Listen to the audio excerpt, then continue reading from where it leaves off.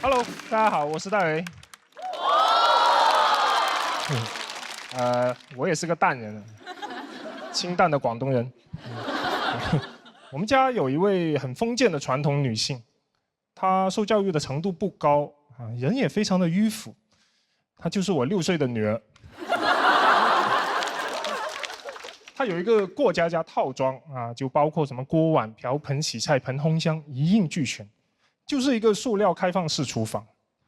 我最烦这个玩具，因为我女儿每天一放学就在那里洗碗做饭，我看着就来气。我心想你在练习什么啊？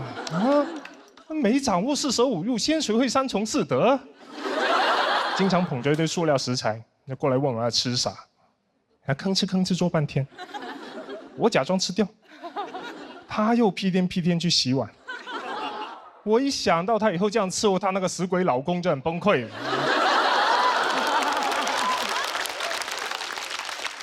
我感觉这个小孩思想太落后了，他都不知道外面现在有多少姐姐已经很努力的争取到了不用洗碗做饭的自由，他自己一上来又开倒车。你说咋办？你有没有什么培养事业型女性的游戏？比如来一个大富翁的女生版大富婆，在这个游戏里面，她走到哪里，租金就收到哪里。她不用成为任何人的老婆，但会成为所有人的包租婆。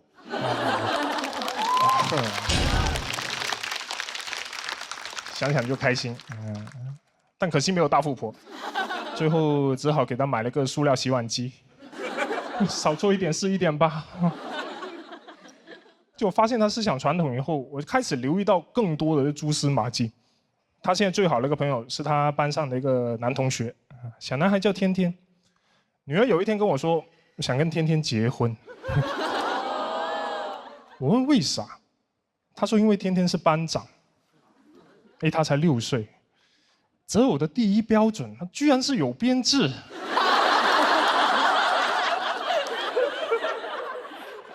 还说想搬到天天家去住，每天给他做塑料饭，长大以后再嫁给他。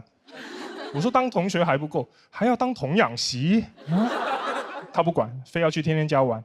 没办法，给他穿袜子穿鞋。他还在那里抱怨，他说爸爸这个袜子好紧。我说我裹的就是你的小脚。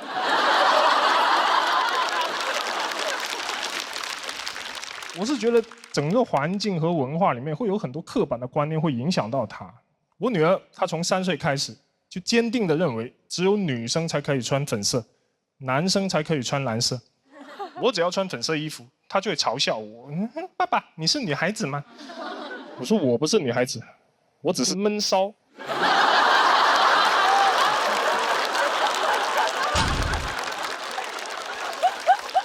我就是很担心这些刻板的观念会限制到他，因为总会有人告诉他，你要温柔听话，长大以后找一份稳定清闲的工作最后嫁个好老公。这是在干嘛？难道我就不配拥有一个言论犀利、事业全面开花、不依靠男人的女儿吗？难道我戴维就生不出一个杨天真吗？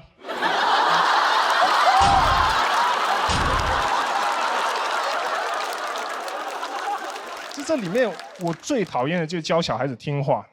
我就跟我女儿说不要别人跟你说什么你就做什么，你要独立思考，要反抗父权，听懂了吗？她说好的爸爸。我说反抗父权，她说好的老登。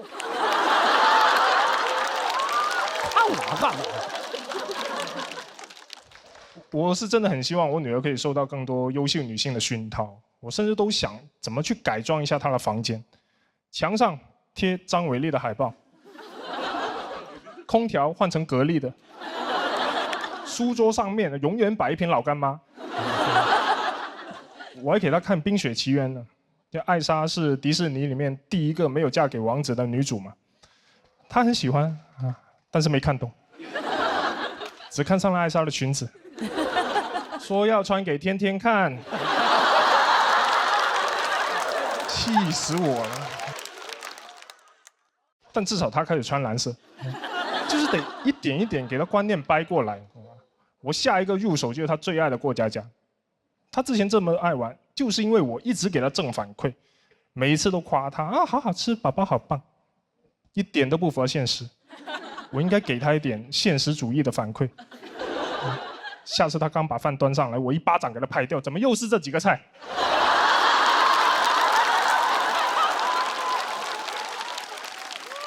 上班养你这么辛苦，就给我出塑料蛋炒饭，没有锅气。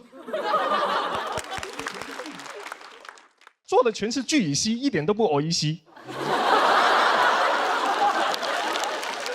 然后女儿就受不了了，那做饭太难了，我要跟天天玩过家家。没事，让她来当老公，我带你们玩一个非传统的过家家。天天刚一来，我就开始阴阳她，老公不做饭，这个家还叫家吗？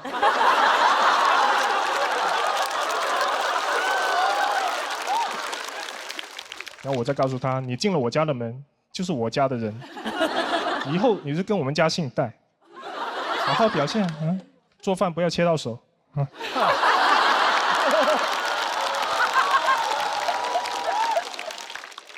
天天带过来的奥特曼也可以用来扮演他们的小孩。天天走的时候忘记带走，女儿就问我，哎，要不要给他送回去啊？我也会说不用，这就叫去父留子。最后，我想跟我女儿说，我不是想要你按照我的想法来生活，我只是怕你被限制住了。就比如像衣服这个颜色这个事情啊，你可以有自己的喜好啊，但你得知道，男生也可以穿粉色。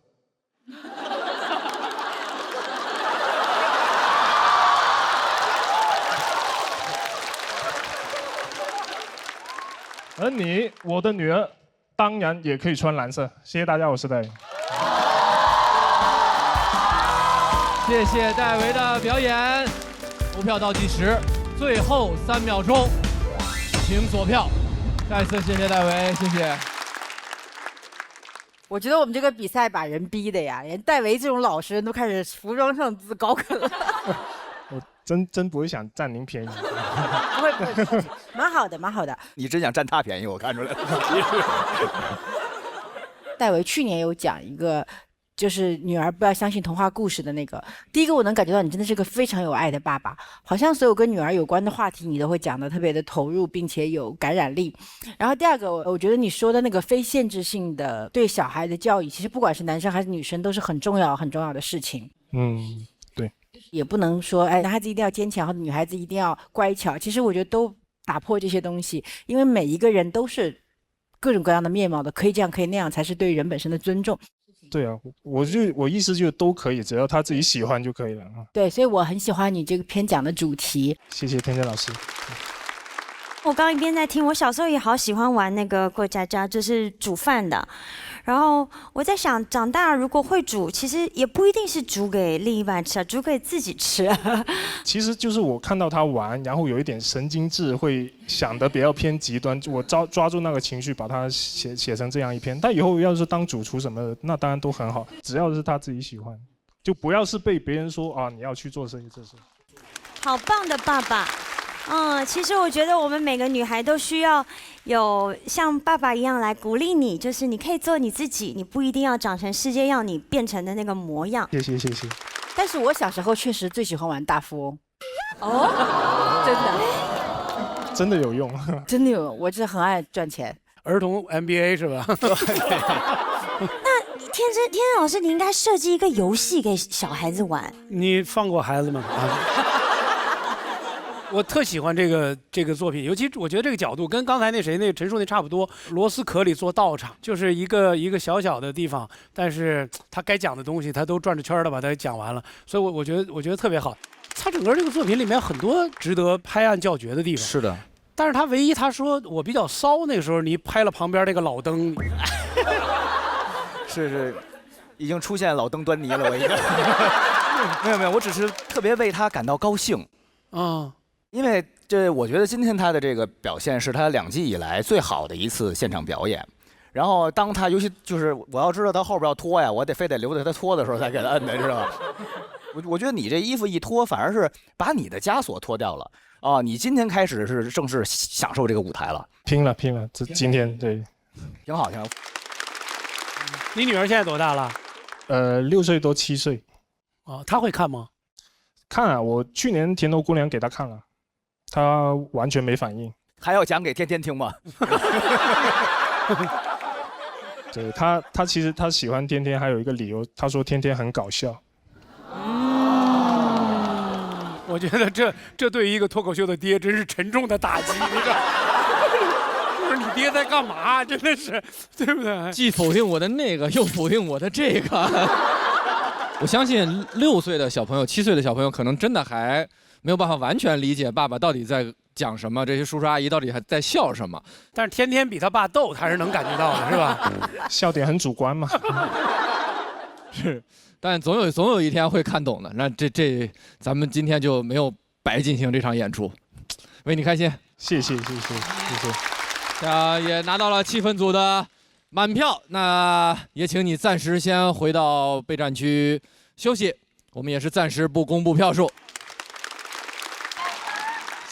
谢谢节目组邀请我，这个节目从第1季我就看了，超喜欢付航的，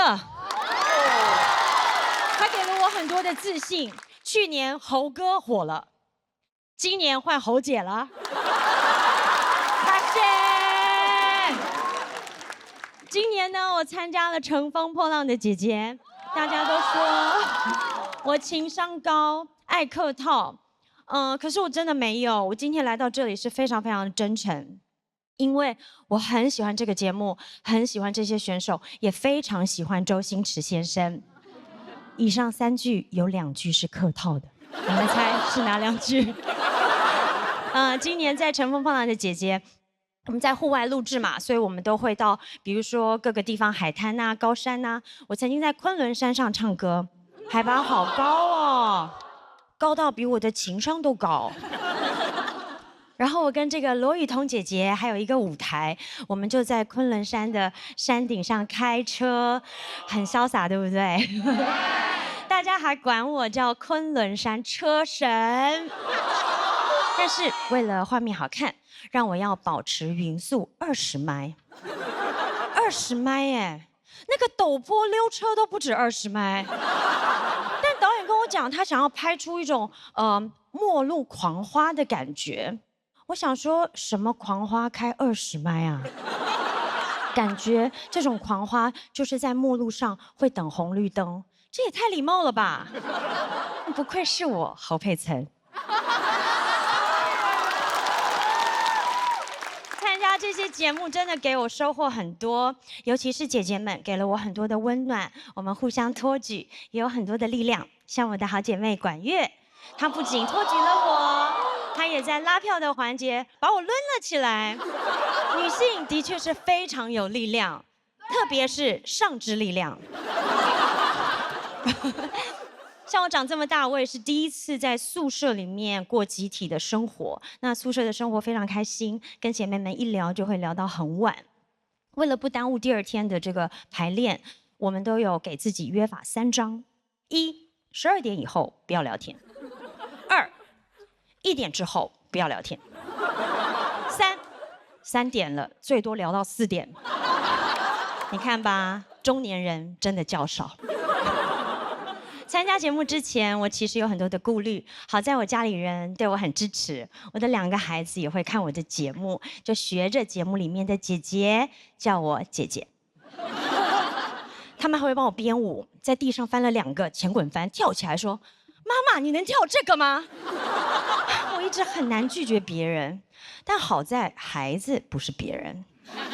我跟他们说，这个妈妈的确是做不来，女性可以托举，但尽量不要翻滚。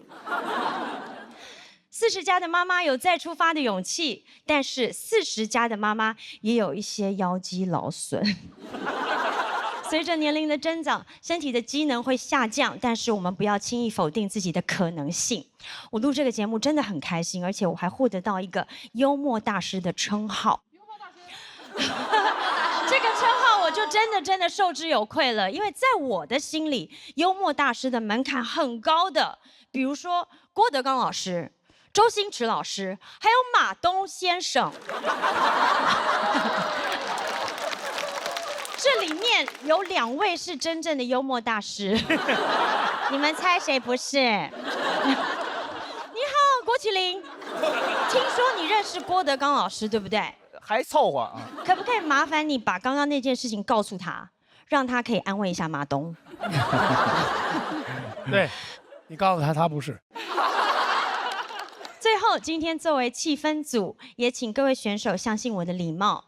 我不仅可以没苦硬吃，我也可以没梗硬笑。我都47岁了，还可以乘风破浪，大家也别怂。希望今天大家都可以有很好的发挥，突破自己。发挥的不好也没有关系，因为我们一定要坚持下去，相信自己，你们一定都可以活到47岁的。加油！感谢大家，我是祝福大家长命百岁的侯姐侯佩岑。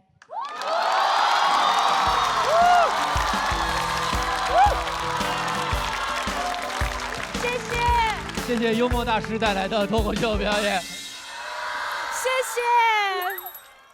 我们也再次欢迎我们另外3位气氛组组长，欢迎天真姐，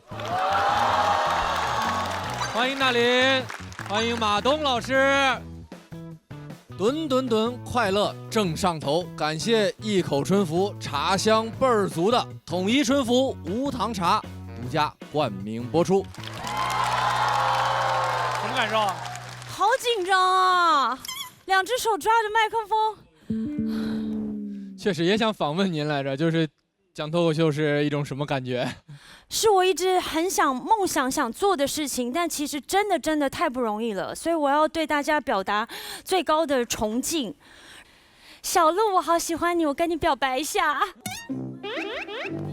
谢谢啊，谢谢。咱们这是这一赛段的第2场，那上一场也是经历了一个非常激烈的也非常精彩的比拼，刘仁成带领的一个队跟刘洋教主带领的一个队，非常精彩。2位队长反正都已经在待定席待定了，可见比赛的精彩程度。那咱们几位对上一场的稍微简单回顾一下，可以有什么印象深刻的那些场面？我对于老登这个词儿非常敏感。不知道为什么，像整场一直都在老登。老前辈也是老朋友了。谢谢马登老师。我也不知道说谁，估计是你。我先努力活到47吧。我希望这一场都安排我在佩岑姐后面发言，我真的很想模仿她讲话的口气。那这样子好不好？好，我们一起帮接下来要上场的选手们，我们帮他们加油。好。好哦。我们用比心的方式，就是各种比心，比如说比小狗耳朵啊、蝴蝶结，还有爱心，跟这边，然后最后是哇，3个连续，每一个人都要走这一套流程。每个人一起，我们一起好不好？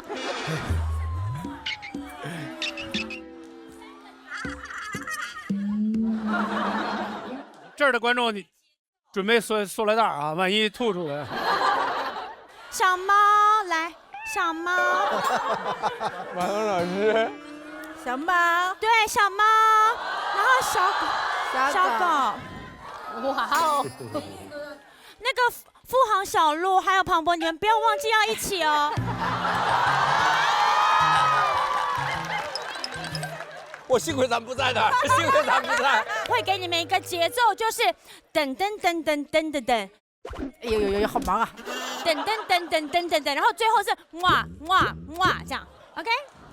哇。最后这3下，看你们扛得住扛不住。来吧，预备起，噔噔噔噔噔噔噔，噔噔噔噔噔噔噔。噔噔噔噔噔噔噔，噔噔噔噔噔噔噔，噔噔噔噔噔噔噔，哇！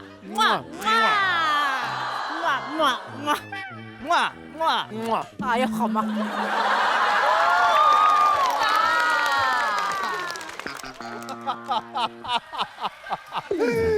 最后我再请那个天真老师补一个爱你哦，爱你哦。好。这场要对决的2个队伍，他们分别是由嘻哈带领的嘻嘻哈哈队，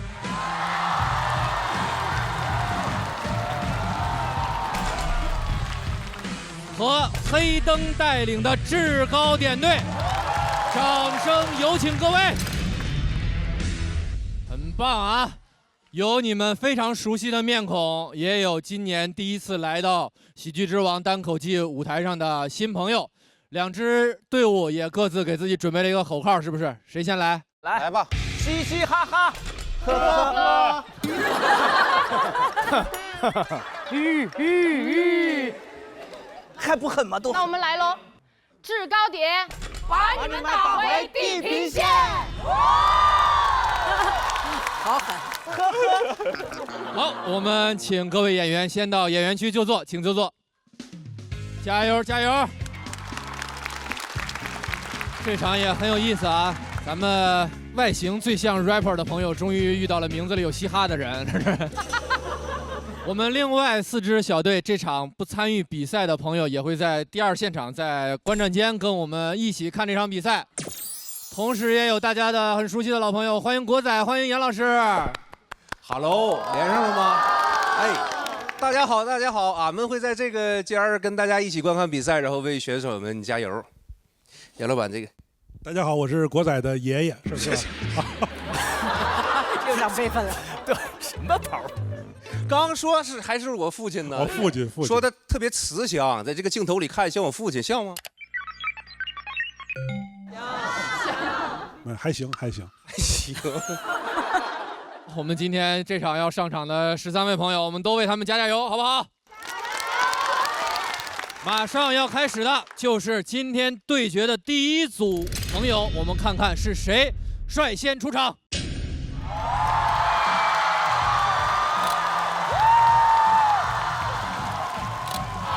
上来就是王炸，我天！都很熟悉了，请王悦、黑灯移步对战区。OK。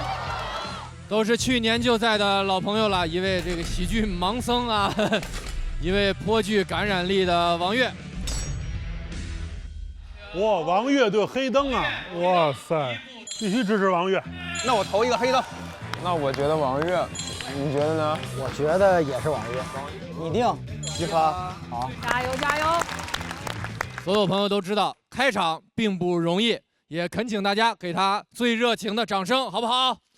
掌声有请王悦！加油加油加油！好，我觉得我跟黑灯之间也必有一战，真的，因为都是想往前面走的选手嘛，早晚都会在这个舞台上相见的。就给黑灯说一句，我已经不是去年的王悦了。你还是去年的黑灯。你觉得说的对不吗？我觉得，你要这么没有信心的话，我也能理解。你都没理解我的话，有信心，因为在我心里他就是去年的黑灯。我说这个段子这么好笑，能不能打副行？写疯了，已经完全疯了，因为又是新写的稿子，然后这个稿子的创作时间比较短，前几天连着每天晚上写到早上6点，就有的时候自己打个标点符号开始狂笑，我觉得我已经有点神了已经。汽车人启动了，我不能再改了，太好笑了。再改下去要当大王了。搞错了，再来。之前你让我真的是打黑灯，我心里肯定是怵的。然后我现在感觉，我觉得我面对的不光是黑灯，我觉得我是面对着高水准的演员，包括和去年的自己的一个对比。希望我能好好的拿下这场比赛。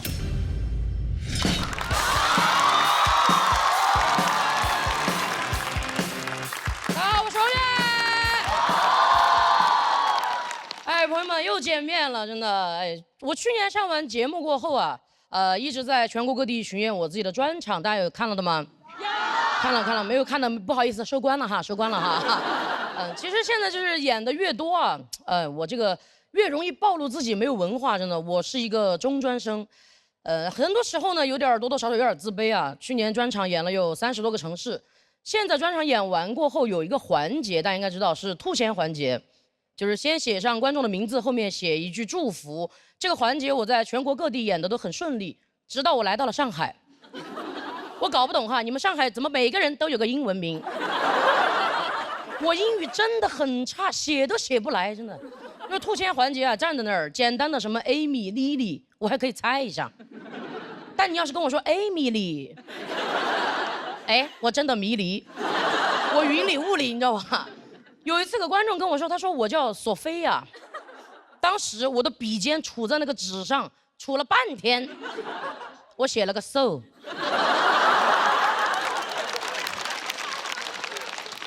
我又不想让他觉得我很没有文化，我就问他，我说你那个索菲亚的索，该不会是误将上下而求索的索吧？我真的很恨我自己，真的，因为明明我家里的衣柜就是索菲亚的，怎么平时晾衣服的时候我就没有多看几眼它是怎么拼的，你知道吗？那天我回去看了，写的就是索菲亚。3个汉字跟我写的一模一样，真的。哎，我英语这么差，去年还去国外巡演了一圈哈，现在也算是国际演员了啊。走了一大圈。其实我第一次一个人去澳洲的时候，心里真的很紧张，一落地被一个白人警察拦下来，盘问了我好多问题啊，我一句都听不懂。当时把我急的，我说不晓得，听不懂。他直接给我翻了个白眼。我第一次看见一个白人的白眼，全是白眼人。但是我才反应过来，我是不是有点太自卑了？我明明都会说 no， 然后他后面问我什么问题，我都说 no no no， 最后把警察的 no 笑了。警察说哈哈哈哈，it's okay。我觉得一点儿都不 OK， 因为我从他那个 harm 里面，我就听出来了。他觉得我是一个不会说英语的小可怜，我当时一边往里面走，心里又觉得有点羞耻，但电光火石之间，突然有一句英语就传到我脑子里面，我转头就问他，我说 Can you speak Chinese？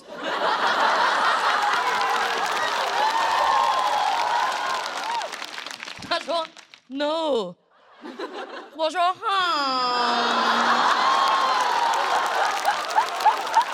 It's okay。我一个中国人，我为什么要会说英文？但我好像经常因为这些自卑啊闹一些洋相，真的。我就想起来，我人生当中的第一份工作，那是我第一次出洋相的时候，16岁，当时正在准备中专毕业要实习了，我毕业于成都汽车职业技术学校的学前教育专业。朋友每次听了都问我，你是教的是汽车人吗？是。所以你们也很容易想到，我毕业过后很难找工作。我当时就决定自己给自己找一个中专对口的工作，我就去了5星级酒店里面端盘子。那天到了后厨啊，很快就领到了人生当中第一套工作服，是一件白衬衫。我当时打开看，我觉得自己都要当上白领了。我一看衬衫 S 号的，真的白领了。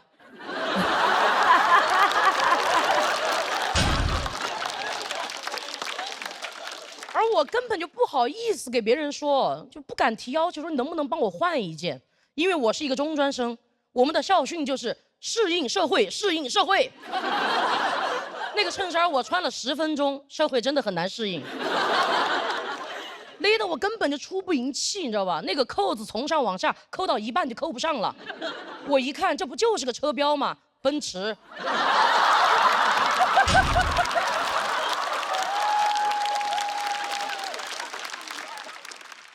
后来我费了9牛2虎之力，终于把那件衬衫穿上了。我一照镜子，妈呀，米其林！主管就开始训话，当时现场有60、70个人，我站在第一排。主管说：“来来来，大家都看我啊！”就在那个时候，我突然打了一个巨大的喷嚏，大家一下就都看我了。这个喷嚏有多大啊？我当时打完，直接把我打到第2排了。与此同时，我肚脐眼上了一颗扣子，像上了膛的子弹一样，啪的一声就崩出去了。哇，那一瞬间世界都安静了，只有我的肚脐眼在说：“哦，天亮了吗？”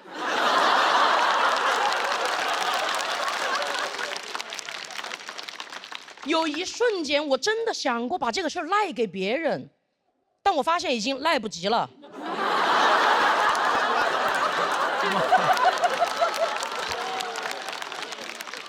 主管捡着那个扣子径直朝我走过来，他说：“这是你的扣子吗？”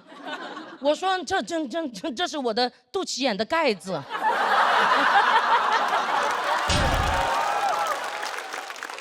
全场轰的一声再次炸场，我没有想到我的幽默让我更加丢人现眼，现在还是肚脐眼，你知道吗？朋友们，16岁的我也曾是少女。那天是我第一天在这个社会上登台亮相，我当时简直衣衫不整又整不了衣衫的，你知道吗？那一刻我在捧腹，别人在大笑。那个主管跑过来问我说：“你那么一大堆大号的，你为什么不管别人要一件？”我说：“我不敢。”他说：“扣子都敢崩，你有什么不敢说的？赶紧去洗衣房里面拿一个3到5个叉吧。”我还是很难受嘛，一路我边哭边跑，还有捂着晾在外面的肚脐眼，在楼层里面穿梭，我就是，我真的很像一个赶着去被杖毙的宫女一样。进电梯我还要喊一声帮我按一下，谢谢。对面的人根本就没有犹豫，直接一巴掌按在了我的肚脐眼上。就他这个理解能力啊，我就知道他应该是我的同学。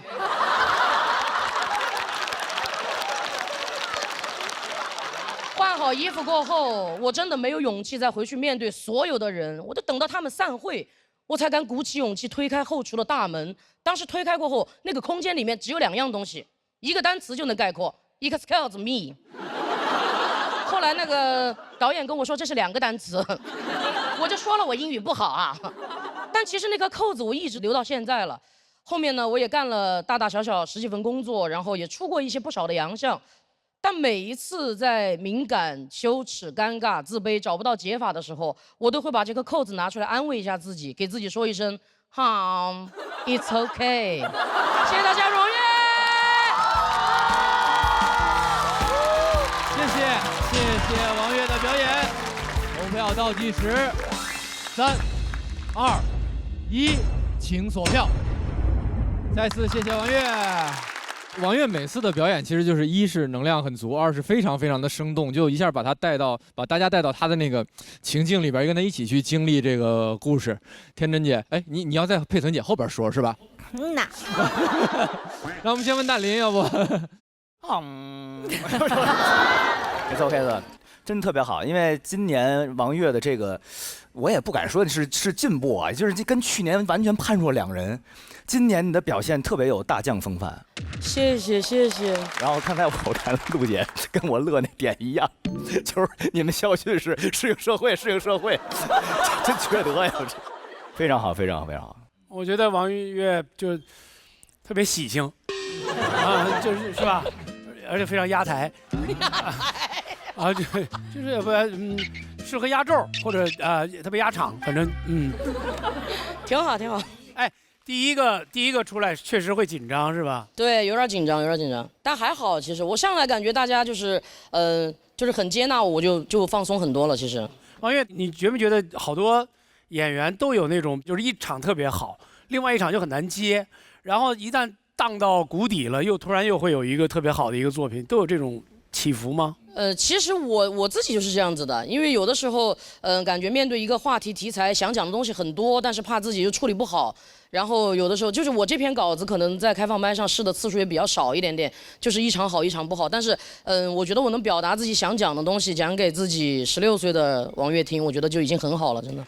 好，我想跟你说，还有跟16岁的王悦说 ，You're awesome。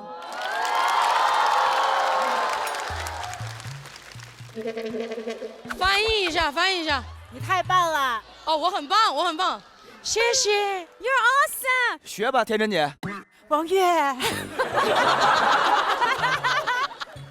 好棒，加油！我觉得你很棒 ，You are great。Great 我听得懂，Great 我听得懂，听懂了。谢谢。去年我觉得你那个就是像打散弹枪一样，会有很多精彩的一个子弹冒出去的漂亮的烟花。但是今年你就是可以排兵布阵了，把你的人生故事和你的文字，排列组合在一起。所以我觉得是既有强大的能量的呈现，然后又有那种点状的冲击到人的部分。谢谢。你真的非常好，因为你的人生故事其实会跟很多人不太一样嘛。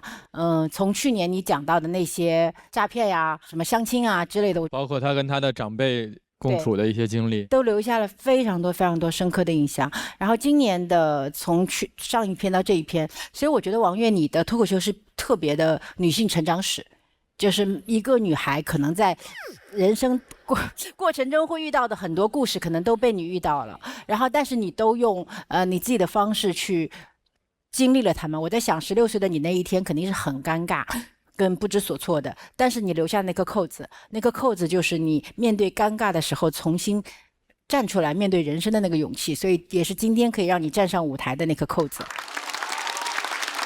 谢谢。而且确实开场之前也不想给王悦太大压力，王悦也是我们复活金牌的持有者之一。上一场是打败了刘洋，是吧？对，这块金牌是从教主手里硬生生啃下来的。哎呀，我就怕提这个。哎呀，老提。付航从去年开始其实就一直特欣赏、特喜欢王悦，对吧？王悦台上台下一样可爱，个人魅力太强了，永远对你表达喜爱。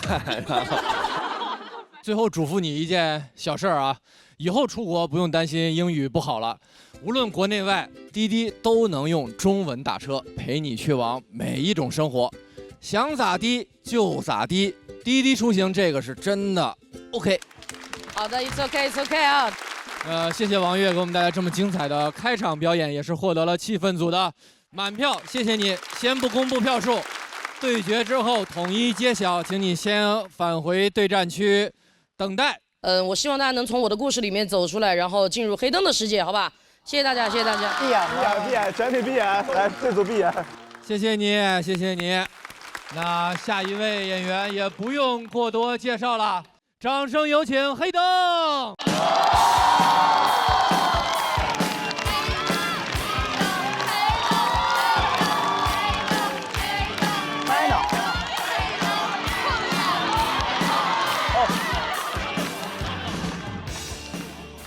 嗨，大家好，我是黑灯。准备好进入黑灯的世界了吗？那关了吧，看见是吧？朋友们，遇到过那种情况吗？坐高铁，一上车发现你的座被别人给占了，挺常见的，对不对？我遇到过一次，不给残疾人让座，跟残疾人抢座，是吧？高铁的座位还有一个很贴心的设计，你们可能不知道。买票选 A、B、C、D 那个页面会弹出一个提示框，说系统给您安排了残疾人专属座位，是否接受？见过吗？没有也没有关系，以后办了残疾证自动就会弹出来不要着急，每个人都有机会啊。第一次看见的时候我还挺感动的，人文关怀嘛，对不对？接不接受？肯定接受啊，有便宜不占王八蛋也都。点完接受，他给转圈加载，转了半分钟，说卖完了。系统给您安排了其他席位，祝您旅途愉快。谁还能愉快？你没问我之前，刚才老子挺愉快的。我说天儿不错，出去溜达一下。一出门碰到一个大哥过来拍我肩膀，小伙子，我说咋了？他没事，哥提醒一下你残疾，拜拜。生活愉快。现实生活中没见过这种人吧？活不到成年，挨打最多就这样的人，是吧？跑到你跟前嘚瑟，巧克力吃不吃？巧克力，我爸从比利时带回来的，比利时的全世界最好的巧克力，要吃吗？要吃，让你爸出国买。巧克力叫 chocolate， 谁要吃你的巧克力？我有我的统一春福无糖茶。一口春福，茶香倍儿足，不用出国，想喝哪儿都能买到。你就说你想不想吧？你肯定想，赶紧去买，别等了，视频暂停一下，现在就去，我等你啊。那天我就没有买到那个残疾人专座，就是一张普通的票。一上车发现还被人占了，我是 D 嘛，那人坐在上面，我就我说是不是搞错了？我刚想张嘴问他先发制人，他说你坐那个 C， 就那个笃定啊，那个不容置疑，你坐那个 C， 我就怀疑我是列车长，他是什么人？凭什么命令我呢？对不对？你跟我商量一下。不用真商量，有那个意思，语气到位了就能接受。你能做那个 C 吗，小伙子？能。你做那个 C 就不能了。但这都是事后复盘。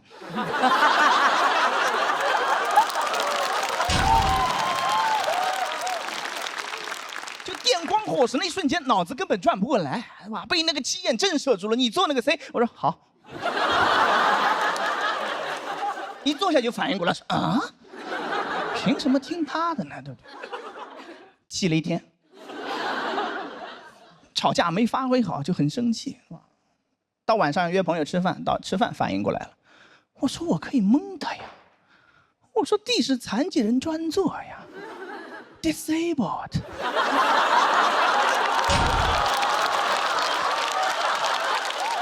就应该坐在地上呀。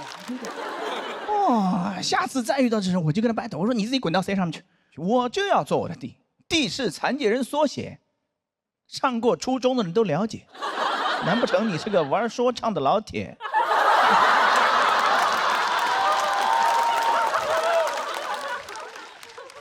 我那朋友说，残疾人缩写那不就 C 吗？次安残，你做了 C 没问题。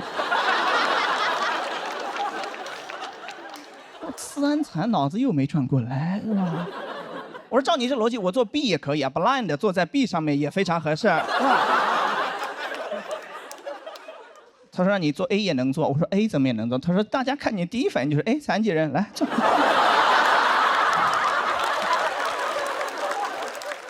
后来真的买到过残疾人专属席位，就是16节车厢，有大概2节里面有无障碍厕所，在那节车厢的第一排。那个地方确实宽敞，第一排你发现没有？也很好找，就是大家放行李的地方。哎，一个坐轮椅的，对不对？非常期待今天残疾人专座，咔咔咔一进来一看，什么意思？跟箱子挤一挤，让残疾人看行李。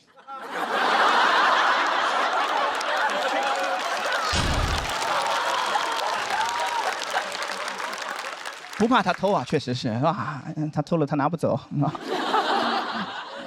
其实真正的原因是什么呢？因为第一排是离车门最近的，能理解吗？行动不便，一进来就到了，这个确实很合理。但是卖票那个页面上的问题，那个弹窗到现在没改，5、6年了，一行代码就解决问题了。你把这2个步骤的顺序前后换一换，你别上来就舔着脸就问你说，哎，要不要？要不要？要不要？你先回家翻一翻你库存，你找一找我还有没有就。有你再出来卖啊，对不对？没了小嘴巴就闭起来，是吧？你说微信群里的红包抢完了，是不是就应该把它撤回去？还点击详情，谁想看谁抢了多少钱？我没抢到，我就不想知道了，对吧？体验很差，真的啊！祝你旅途愉快。祝的一般都是你没有的东西。祝你旅途愉快，说明他也知道我生气了，他不在乎，我就去投诉了。第一步身份验证就卡住了，他要我在6张图片里面找向日葵。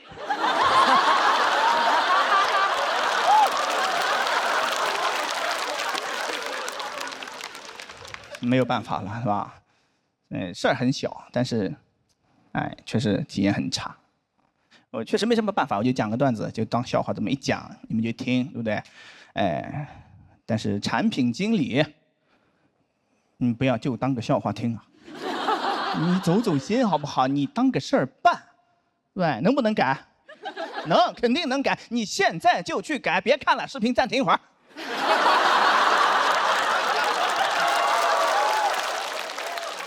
你不改，我会一直盯着你。黑灯 is watching you。讲到这，谢谢大家。谢谢黑灯的表演。3、2、1，请锁票。再次谢谢黑灯，又是熟悉的黑灯的风格哈。对，我觉得那个黑灯特别像一个社会观察家，然后就是 watching 了很多的领域，然后把你自己生活中遇到的困境把它讲出来。而且我听说上一季因为讲了盲道，讲了那个无障碍通道的一些问题，还有一些地方确实也做了一些调整跟整改，是促进了一些真实的改变。因为这样子的，因为其实它不是一个光是残障人士的问题，就是大家老了之后多多少少都会，你譬如说坐轮椅什么行动不便都会有这样的问题，对吧？你如果现在不关注，那就是你的将来，朋友们。说得非常好。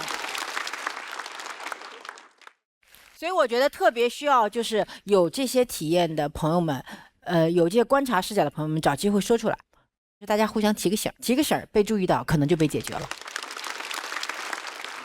你这个第2年参加节目什么感受啊？就是害怕，第一场分都巨高，我们在后面看得瑟瑟发抖啊，所以还是忐忑，就新人都太厉害了感觉。但我觉得你的持续创作能力还是很强的，你不要那个呀，要有信心。对，我知道。黑灯刚刚天真姐说到这个黑灯创作能力确实是出众的。对，黑灯最近也写了一首 rap。啊，要不然咱们直接现场就给大家来2句。来一个。先跟大家说一下这名字吧，黑灯叫什么呀？是这样子的，是我介绍一下这个前情提要啊，是我前2天去参加了那个罕见病交流的会，就是在第1期比完之后，我心态崩了，我说谁也打不过，赶紧去罕见病大会紧急搜集一波素材，是吧？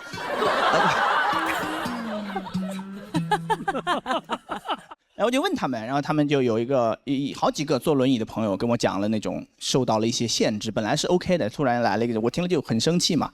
我说行，这个第2轮就写这个，然后稿子没写出来，然后就改吧，写了首歌就变成啊，就是讲轮椅的一个事儿啊，因为不能唱完整了，可能唱几句副歌的地方可能吧。来 DJ 抓个 B， 来抓个 B 啊。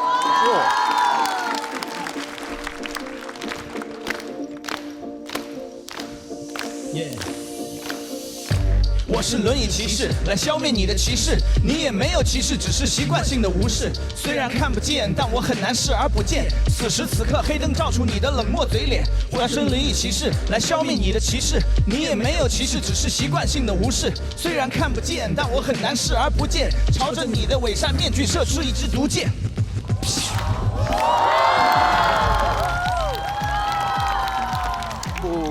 哇 ，bro， 谢谢，非常感谢，但没有达到我的标准，不好意思，我听听你的阿卡贝拉。你真是个 rapper。对，不是那个，本来就是我的行头，这就是。有人给黑灯捐款吗？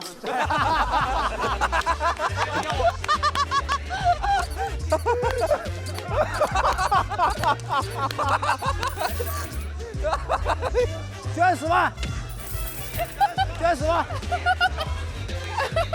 我们组只有节目。黑灯，我觉得你超帅的哎。虽然你叫黑灯，但是你是我们大家的明灯，爱你哦。哇，行业也有明灯了，哎呀。我觉得黑灯交流感特别好。就是你看他，其实不管他在作品里还是在作品外，他能跟台下的所有观众们就随时的就能够建立联系。我觉得这是一个台上的演员特别难得的一个素质，因为他们可以眼神交流。我只能跟他们聊天那种，就大概这样抓住他们的那个。但是说明你很敏锐啊。哎，除了你自己这个就最熟悉的这个题材之外，其他题材你还有感兴趣的吗？其他题材也有一些吧，但是这个很扎心的一点就是，我去年一整季讲了7篇稿子嘛，有6篇就是关于这个残障相关的，然后有1篇是讲那个西藏旅游的那篇，结果最后传播度最广的就反而是那一篇，所以我就觉得这个事儿其实很难感同身受。他能感受的就是他平时遇到那些东西，这个东西你其他讲的再多也好，但他不会有那么大的感受。对，所以只能坚持讲下去，就靠数量堆出来，我觉得是对吧？一直讲。但我觉得你刚才那歌的时候还挺那什么，尤其那些歌词啊，那种哎，那个可能传播起来会就反而就特别容易。对，是觉得那个就是，有的话就是我们这个可能得掰开了揉碎了讲，歌词可能能稍微含蓄一点，能传播的广一些。虽然我那个也不太含蓄。我提醒一下，刚刚在黑灯表演的时候没有舍得暂停视频的，在看视频的朋友们，现在可以暂停啊，立刻马上去买统一春福无糖茶，一口春福，茶香倍儿足。哎，这句也得往心里去啊。焙茶、绿茶任你选择，黑灯和我都在 watching。非常精彩的表演，也是获得了气氛组的满票。那我们也把王悦请回舞台中央。我再说一句话，王悦来，下一轮能不能把这个杆粉刷一下？我2次都没找到他。我们也注意到了，争取帮你解决这个问题，一定要。你先站到圈里去。圈在哪？OK， 好。谢谢王悦，刚才特别可爱。黑灯在段子里讲那 disabled blind 的王悦说什么呢 ？disabled， 什么意思啊？特别可爱。Sorry， 一上来就是非常精彩的对决，看看最后的结果吧，请看大屏幕。我觉得王悦今年进步很大，然后他把这个事情，其实是相当于是每个人大家听了就会很心疼他的一个故事。我觉得他处理的这么好笑，我觉得他这是相当厉害的技巧了。这个稿子非常的扎实，然后又是观察，然后又是结合自身的一个状态去评判这个现实主义的这个题材，然后我就感觉非常的精彩。他们2个比完，我觉得还挺5分的。谁输赢完全都不重要，因为他们都太精彩了，而且不分伯仲。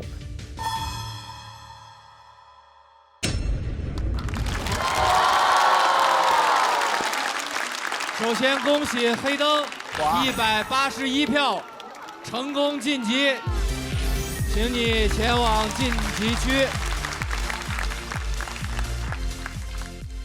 王悦179票，也是非常出色的成绩。哎呀，但按照规则要暂时前往待定区，有什么要和大家说的？我也没有什么太多想说的，因为这一季其实，来的时候呢就很开心，因为我好朋友嘻哈跟我一块儿来了嘛。然后上一轮我们表现都挺好的，然后这一轮的稿子呢，其实也是了我自己的一个心愿，其实，然后也感受到大家的喜欢。哎，妹妹，179绝对走不了。哦，走不了啊。走不了，走不了，妹妹绝对走不了。哦，我还有金牌的嘛，不说了。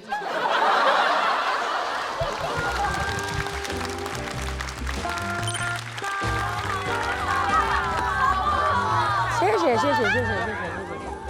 没事，你不要忘词啊，一会儿。来。老叶长毛。第一次看到这屋什么样吧？我真服了。这是你亲手帮我送来的屋子。黑灯。没。因为马上就是第2组对决了，我们看一看接下来要上场的是哪2位朋友。请2位移步对战区，加油！一位是大家很熟悉的老朋友 Nora， 一位是真勇，第一次来到喜剧之王单口季的舞台，但是2位在线下都深受观众的喜爱，我们加油，好不好？首先要上场的这位，他是来自哈尼族的边疆少年，虽然是新人，但上一次也是为自己赢得了很多掌声，我们欢迎真勇。真勇是小众语言的单口演员，普通话不太好的哈尼族少年。骑兵员写的样子有啊有，好像是了爱了，对不对？现在我熟悉了呀，被骗过去了，我骑个摩托车就回来了。他在我们这一组的口音都被他带偏了，我跟你讲。我先说了，我先说，陈述那批狗子啊，以前在线下的时候也有提过。3期不来。真勇是晒黑了吗？真勇不是晒黑了，真勇是没有打粉底。今天是这样，我们在天台拍了一天外景，他的汗水把他的粉底全部都弄没了。然后他又喝嘛，他又吸光了。不要模仿我了，好不好？我肯定对我的段子有信心，但是对面的选手也挺强的，我希望我全力以赴。我觉得只有这篇好189，不好就回大沙里。找他的大姑爹。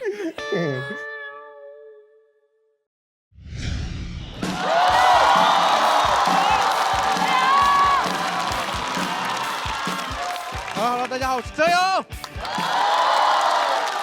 我们从这个黑灯的说唱世界里面来到我口音的世界，好不好？好。我是这个来自云南的这个哈尼族，因为我是少数民族嘛，所以从小讲这个民族话，我的普通话很差。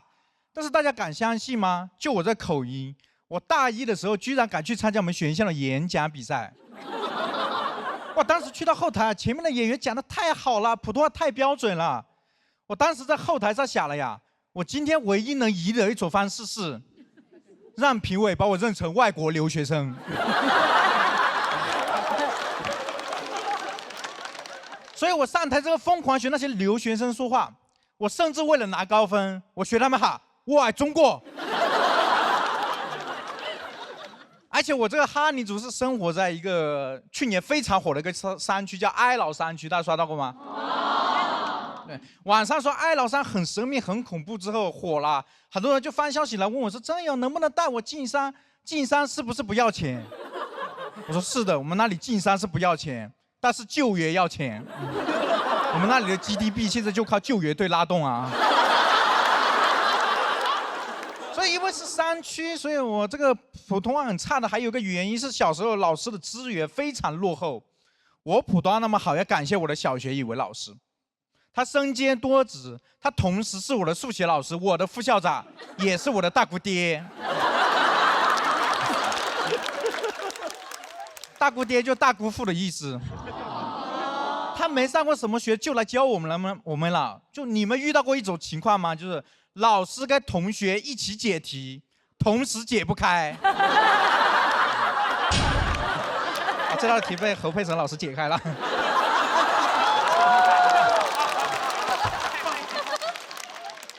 我都怀疑他不是来教书的呀，他是来跟我们一起复习啊，因为他也想考初中呀，我感觉。但是他比你们的小学语文老师伟大多了，因为他的确做到了，把毕生所学都教给了我们啊。哎，这其实就是我们学校的那个环境也非常差，我们学校就在那个村子里面，旁边是村民养的那些家禽家畜。小时候大家也做过那个鸡兔同笼的题。我们都不用算，我们直接出去数。但我数了很久，告诉大家一个正确答案：鸡和兔真的很难同笼啊！这动物根本关不住，它跑进了学校里面捣乱。有一次，老师在黑板上面解题，有2头牛就冲进来了。我们说：“老师牛啊牛啊！”老师说：“谢谢谢谢。”但是他转过来之后发现情况不对劲，他要立马紧急停课，想让赶我们走，让我们回家。但是我们一个学生也没走呀，我们想看呀。所以这么跟大家说吧，我小时候云南半步都没出过，但是我在现场观摩过西班牙斗牛。所以小时候一直感觉我一直跟动物生活，这给我留下了深深的印象，以至于我长大之后去酒吧，我那个逛山园的游戏都脱口而出。啊，记得有一次喝酒醉了，别人问我动物园里有什么，我说有教学楼。他说没有，我说有大姑爹吧啊。教材也非常落后，教材是一代代传下来的，他们会在上面乱涂乱画。我印象深刻的一个教材，课本上齐白石的虾，到我这里的时候已经在约鸭锅里了。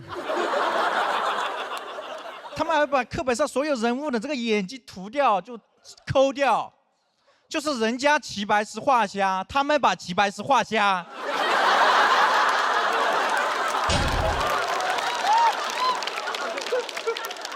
后来终于情况好点了，终于有个师范生来教我们编家了。但是师范生的这个师范老师的生活更艰辛，他要去跋山涉水，去县城运输一些物资回来给我们。就比如那个方便面，小时候在我们那里很稀缺，方便面。在我们那里很稀缺，它甚至都不是一一种主食，还是一道菜，很美味的菜啊。我小时候就特别喜欢吃那个方便面配米饭，每次吃完我感觉幸福的头昏眼花。现在我才知道叫晕态啊。有次也很生吃，老师给我们带来了4种不同口味的方便面，那也是我人生中第一次吃4菜1汤。所以吃的很艰难。我们少数民族是吃那种野菜、野果。有一次我就把我家的野菜给老师吃了，老师说：“真有，这野菜真的能吃吗？”我说：“老师，这野菜当然能吃呀。我们哈尼族祖祖辈辈吃了3000年，把自己吃成了少数民族。”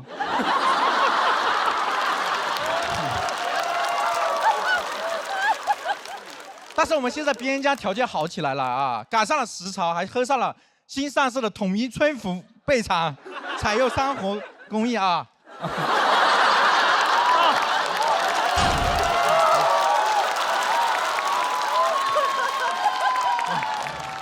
边疆人民还是不太适合接商务，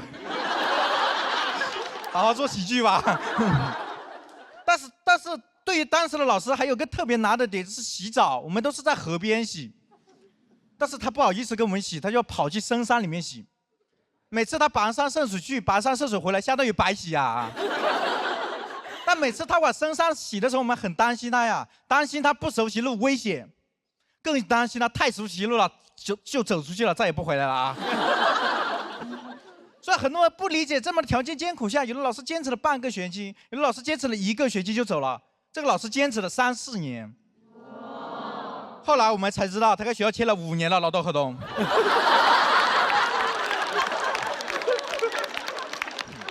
不过这个老师特别好，他坚持了6年才走的。老师还特别好，走之前还跟我说：“曾勇呀，我特别看好你，你一定要努力走出前面这座大山。”我说：“可是老师，走出前面这座大山，对面是越南。”但我今天想在这个舞台上跟老师说：“欢迎老师回到我们边疆，现在我们那里有洗澡的地方了。我大姑爹也退休了，欢迎你来当校长啊！”家长在这下这样。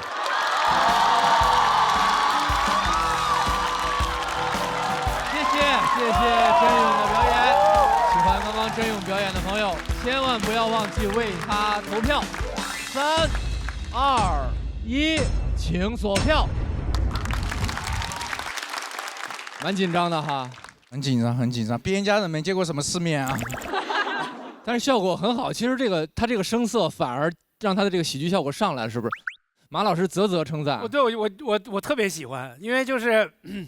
他当然了，他说那个紧急提课的时候，我是想反应了半天，才知道那是紧急停课，你知道吗？但是我跟你讲，你们任何人说都说不出他那个劲儿来，我自己也说不出第2遍来。所以可见幽默感这件事儿跟语言有关系，它关系完全没那么大，它跟节奏、状态、情境。我听着他那个，我就完全已经到了他那个寨子里了，你知道吗？就是我刚才说实话，我听黑灯的那个作品的时候，我能感受到黑灯的敏锐和他的观察，但是听他这个，我一下就到边疆了，你知道吗？但是我跟马东老师说一下，我们边疆现在不住在寨子了，住在社区。城建是一座大山。啊，特别棒，我特喜欢。我觉得就是他感染你，你知道吗？有的时候那个普通话还是可以学一学的，是不是？下次来喜剧监狱学哈。你别说，你演东南亚的黑帮其实很有天赋。毒蛇帮差你一个。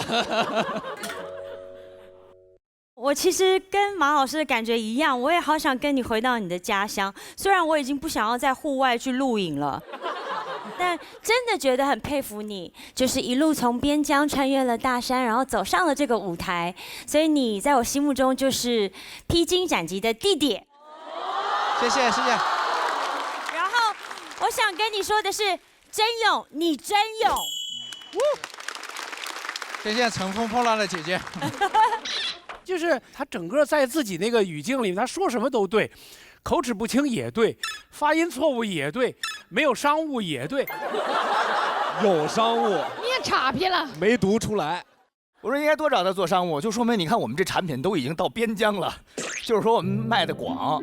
真的，我要是客户，我就指定让他念商务，是因为他指定念商务，能多念好几遍，你知道吗？要不干脆你现在再念一遍吧，对，不然结束你还得补录，而且我觉得大家爱听。好，你们帮我听听我标准率在多少个啊？多少个啊，现在我们边疆条件好起来了呀，赶上了潮流，都喝上了心。是喝上还是没喝上？这个就算2遍了吧，对不对？重来。再来回。现在我们边疆条件好起来了，赶上了潮流，都喝上了新上市的统一吹拂背肠，采用3重焙火工艺，焙香醇厚，口口生香。太难了！我好。第一次看到念完商务山呼雷鸣般的。你除了不知道这是什么产品，其他没有问题，对吧？是统一春福焙茶，听着感觉这茶叶就像在你们家门口采的似的，那个就是。我觉得这种身上就是有很强的那种自然的气息，一切都浑然天成，然后又刚从山里面走出来。但是你的就是，其实你去细听它的文本结构，它是那种既走心又有结构的。比如他前面提到说，老师跟他说你要走出对面这座大山，最后他又跟老师说你要走出对面这座大山。所以我觉得他其实文本上是有非常好的铺排的。所以我就想，你可能是那种自然派的功法，就是自己吸天地精华灵气，然后长成的某一种魔丸。我觉得甄勇的内容很好的，就是他感觉把他真实的生活带出来，让大家看到了云南山区一些你从小到大经历过的事情，其实现在已经有很大的变化了。是的，现在有很大变化了。所以说，其实我是为什么我能消解掉，就是因为我成长过程中它变好了才消解掉的。所以我也希望每个人的生活都在变好啊。变好，对啊，谢谢你，我就。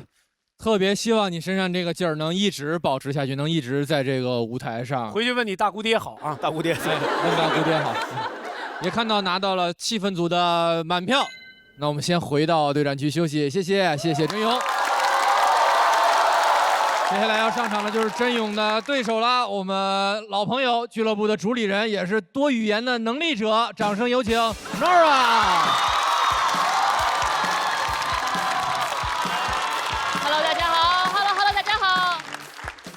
大家好，我是 Nora 啊，非常高兴过来这边。刚才主持人也介绍了，我现在呢在自己创业。那现在我们公司情况呢就有好有坏啊。忙的时候我给我老公发信息，他很久才会回。现在公司的情况怎么说呢？他会秒回。公司压力真的很大，我觉得自己好像都患上了手机焦虑症，就是我看到消息就想回复。有一次我跟老公生气，因为我刚问他什么时候回家。他没回我消息，先回了家。而且我现在看到微信上那个小红点啊，我也很受不了。我爸给我看我小时候的照片，我很不耐烦，我非常想马上把我额头当中那个红点给抠掉。戴哥朋友们，为了借手机呢，我试过很多办法啊，在飞机上没有信号，我想太好了，我可以看10页书，没有，我 P 好了10张照片。终于去年呢，我做了一个决定，我去了一个10天的冥想营，它在东南亚的一个岛上，10天手机要全程上交，不能讲话，只能吃素，你每天都要冥想。其实我呢就想去借手机，我妈问我啊，你为什么要去东南亚了？我说妈妈，图个清静。我妈说清静，根本你去嘉定呀啊。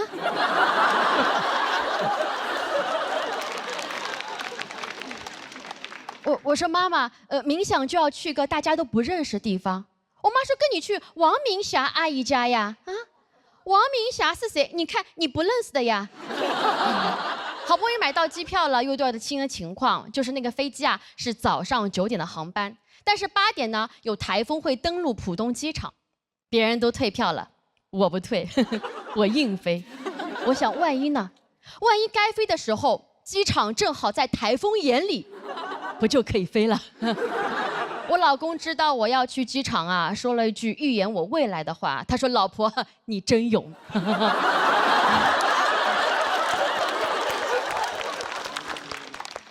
终于到了冥想营，我的身体变得很奇怪。工作人员让我交手机，我的手往前伸，人在往后退。我没想到这手机啊有后坐力。那一刻，我甚至感觉我交出去的不是手机，是我的肺，因为我都快不能呼吸了。工作人员很同情地看着我，点点头。我走到角落，叹了口气，掏出另外一部手机。谁没有2个肺呢？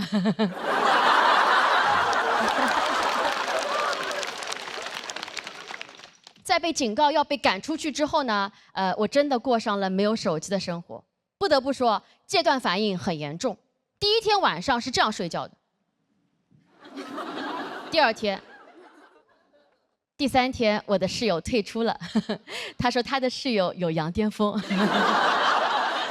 白天冥想的时候，周围都很安静，但我脑子里面一直在自言自语：10天不看手机，这个世界会变成什么样呢？3体人会攻打地球吗？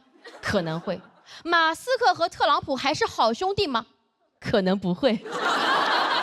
拉布布会涨价吗？肯定会。我为什么要来借手机啊？难得休假，我应该在别墅里面唱 K。我好想吃银龙鱼。我在脑中研墨下笔下4个大字，我说还我手机。朋友们，没有手机只能冥想，这个过程很痛苦。我也想过要放弃，身边有很多人退出，但我还是坚持到了最后。因为中途我悟了，冥想营最重要的是什么？是冥想吗？不是赢。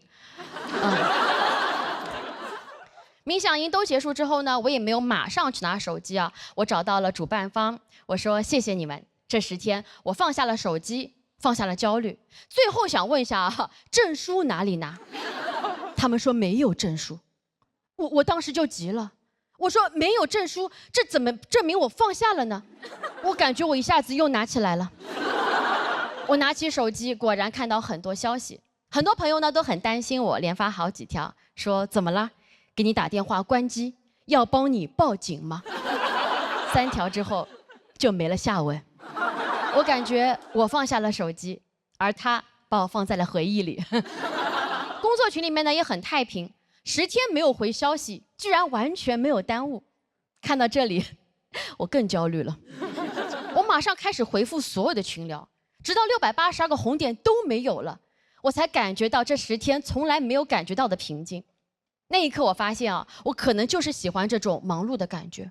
会焦虑是因为我内心很羡慕那种非常松弛的朋友，但也许 love and peace 就是接受自己、爱自己的状态，内心才会 peace。所以朋友们，我也不会去冥想营了，我最多只会去王明霞阿姨家。谢谢大家，我是 Nora。谢谢 Nora。喜欢她刚刚这段表演的朋友，千万不要忘记为她投票。投票倒计时，最后3秒钟，请锁票。再次谢谢 Nora， 谢谢。谢谢。刚才那个是真实经历是吧？是的，去年9月份的时候去的，然后去了10天，然后的确是说整个环节都是，它是让你放下所有的思维，所以不能带笔和纸。但你们也知道，脱口秀演员真的非常想收集这种素材，所以我每天就躲在被子里面偷偷写，因为他发现的话会把你叫出去。所以你10天才有682个没回的是吗？对。您会有多少个？对，我去过一个7天的。啊，我这后面没数了，就是点儿啊。对，这很难得的一个感受，但我应该不会再去了。我觉得这感受一次，你呢？对，去的时候其实我还没讲，那个地方还是免费的。朋友们，去年9月份的时候，你告诉你妈，你要去东南亚一个10天免费男女分开关交手机的地方，我妈都觉得我疯了。所以就是，但这真去了，的确我觉得还是个很特别的经历啊。在这边完全做不到手机完全不看10天这样子，棒，挺好的。我跟 Nora 有一样的经验，就我参加过一个，就是这种类似于冥想营，要交手机，我带了3部，交了2部。可以表演一个这个小才艺哈。就是我没有办法，我在那一刻意识到我没有办法失去跟世界联系的权利。就如果我自己安静下来，我 OK， 但是我想联系的时候，我不能联系的时候，我不行。就是我，所以我对他讲的这个东西是有感觉的。那你现在还是会一直玩手机吗？就是因为手机上一直会有工作消息，我觉得创业之后就没办法，就没有下班时间，然后周末演出，然后周一到周五的话就做一些俱乐部工作的事情。哦，所以参加冥想营也没用。我自己放下手机的方法是因为我现在年纪越来越大了，我现在有老花眼，所以手机看不清楚，半夜想玩的时候还要起来找眼镜，所以没关系，你到了中年，你慢慢就会放下它了，因为你也看不太清楚。对对，48花一花嘛，48当天下午就花，我跟你讲。估计王明霞阿姨不怎么爱看手机。对我其实就刚才您提了一嘴这王明霞，我其实对她特别感兴趣。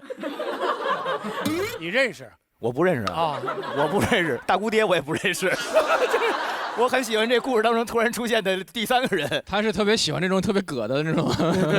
对。我想问问 Nora， 你自己就你是个这么想赢的人，那你来这个节目会被想赢这个事情放大你的焦虑吗？我就是告诉自己说，人可能活在世上也不会只有一个目标，对吧？我现在来也是希望能够多宣传多语种脱口秀这么一个文化，所以今天我来呢，不但是表演，也是来宣传和推广。谢谢大家，可以看看这边的哈 Spicy Comedy 啊，欢迎大家来看一下我们的英文、上海话、粤语的各种语言的脱口秀，感谢大家。是的，那个 Nora 也是拿到了气氛组的3票，我们把甄勇也请回舞台中央。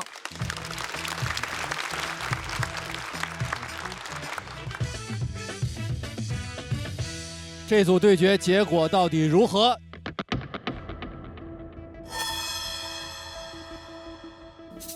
请看大屏幕。恭喜甄勇177票成功晋级，请前往晋级区。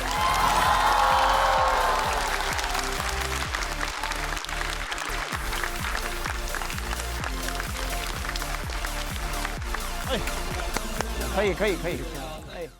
同时 ，Nora 136票，根据规则要暂时前往待定区。走之前有什么要跟大家交代的？对，就是其实一直会讲，其实我的演出里面，可能英文的演出会占到50%以上，然后还有30%是上海话的演出。然后，我也希望能够把更多的语言带到不同的城市。然后我们 Spicy Comedy 呢，现在也会去不同的城市演出，然后会有巡演，然后也希望大家可以多多支持我们，谢谢大家，谢谢。谢谢，希望大家都有时间、有精力的情况下去线下。